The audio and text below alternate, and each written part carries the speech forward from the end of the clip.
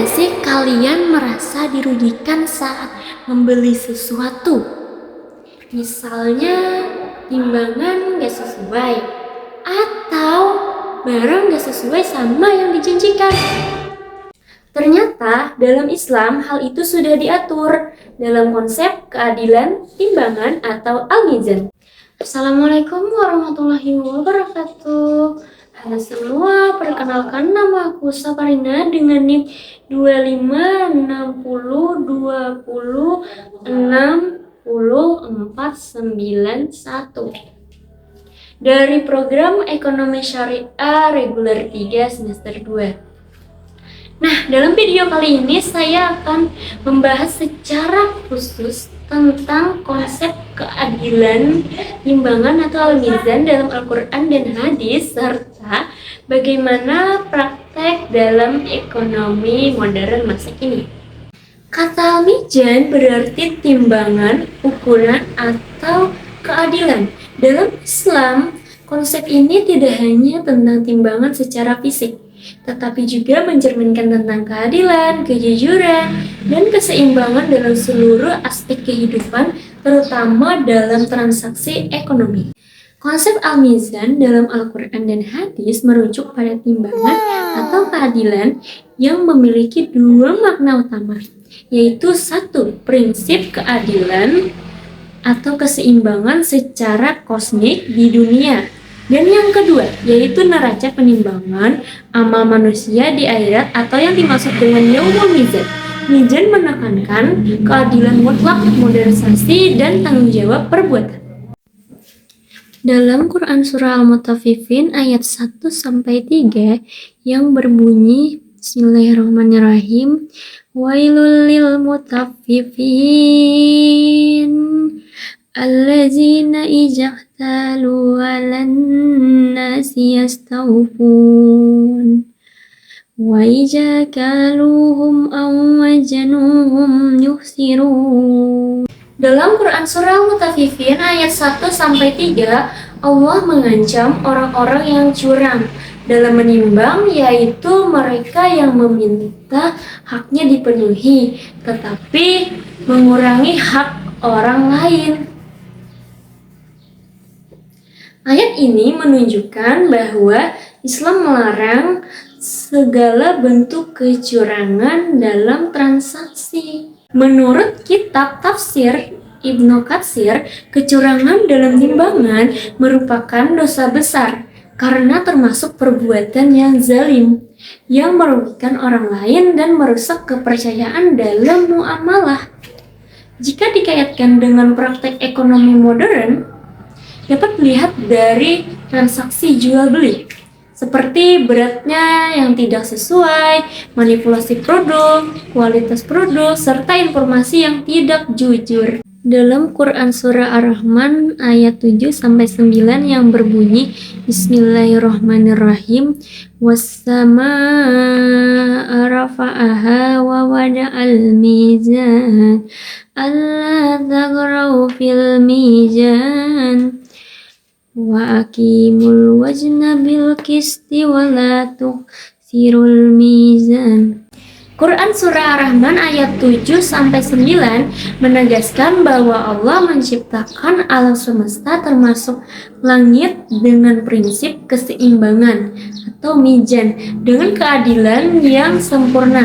Ayat-ayat ini melarang manusia merusak keseimbangan tersebut serta memerintahkan manusia untuk menegakkan keadilan dalam timbangan, takaran, dan seluruh aspek kehidupan manusia tanpa curang. Makna ayat ini menunjukkan bahwa Allah memerintahkan manusia untuk selalu bersikap adil dan menjaga keseimbangan, khususnya dalam transaksi kehidupan sosial. Dalam kitab Ibnu Katsir menjelaskan bahwa keadilan adalah hukum alam yang ditetapkan Allah. Alam saja berjalan dengan seimbang, apalagi manusia yang diberi akal. Menimbang dengan adil bukan hanya soal jual beli, tetapi juga soal menjaga keseimbangan dalam hidup agar tidak melampaui batas menzalimi orang lain. Jika dikaitkan dengan ekonomi modern, Quran Surah Ar-Rahman ayat 7-9 mengajarkan pentingnya keadilan dan keseimbangan dalam transaksi. Hal ini dapat diterapkan melalui kejujuran dalam jual beli, transparansi harga, serta tidak merugikan pihak lain baik secara langsung maupun secara digital.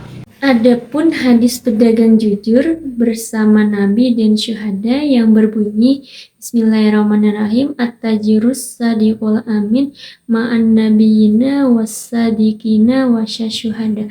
Artinya pedagang yang jujur dan dapat dipercaya atau amanah akan bersama para nabi, orang-orang yang benar, sidik, dan para syuhada.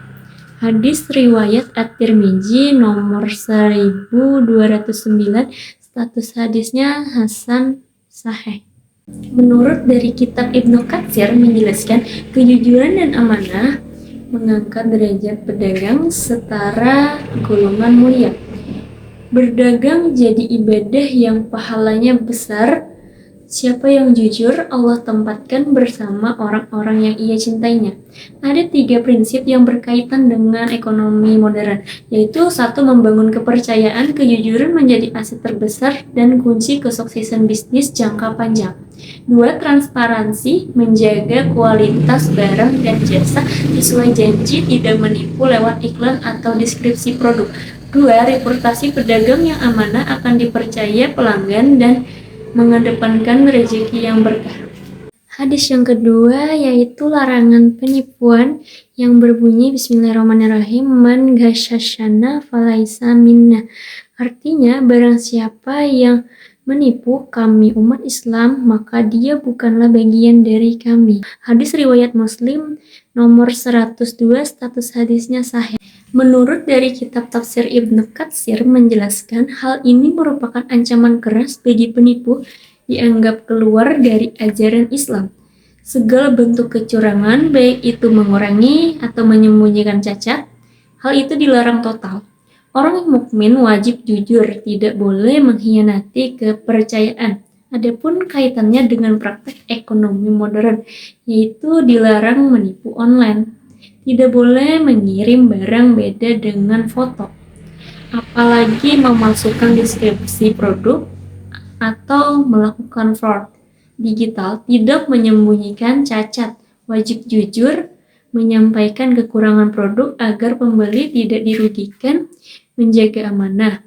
Tidak boleh mengkhianati kepercayaan pelanggan demi keuntungan sesat, karena itu termasuk dosa besar. Identifikasi bentuk kecurangan dalam transaksi. 1. Manipulasi timbangan dan takaran. Ini adalah bentuk kecurangan yang paling klasik dan langsung disebut dalam Al-Quran, yaitu mengurangi beratnya, menimbang barang dengan cara dikurangi agar beratnya terlihat lebih banyak dari aslinya.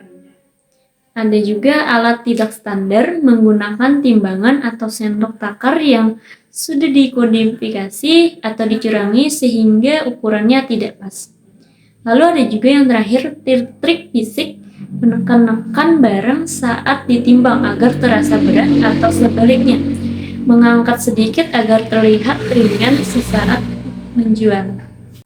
2. Kecurangan kualitas dan kondisi barang.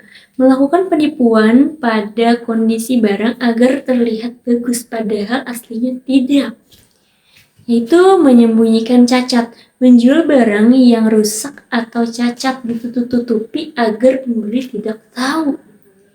Lalu ada juga pencampuran bahan, mencampur barang asli dengan bahan yang lebih rendah murah kualitasnya untuk menambahkan volume tapi menurunkan mutu kadaluarsanya, menjual barang yang sudah lewat masa pakai atau mengubah tanggal kadaluarsa di kemasan, menjual barang tiruan atau KW. Dia mengakui bahwa barang itu adalah barang ori padahal tidak. 3. Digital fraud, kecurangan secara online. Bentuk kecurangan zaman now yang sering terjadi di marketplace atau media sosial yaitu pengecohan foto. Foto diiklankan terlihat bagus, besar, tapi yang dikirim tuh barangnya kecil, rusak, atau beda model. Foto bukanlah asli. Ada juga pesanan fiktif atau COD gagal, pembeli memesan barang tapi saat sampai tidak diambil, tidak angkat telepon, atau membatalkan pesanan seenaknya sehingga penjual rugi ongkir. Ada juga penipuan transfer, mengirim bukti transfer palsu atau mengaku sudah transfer padahal belum.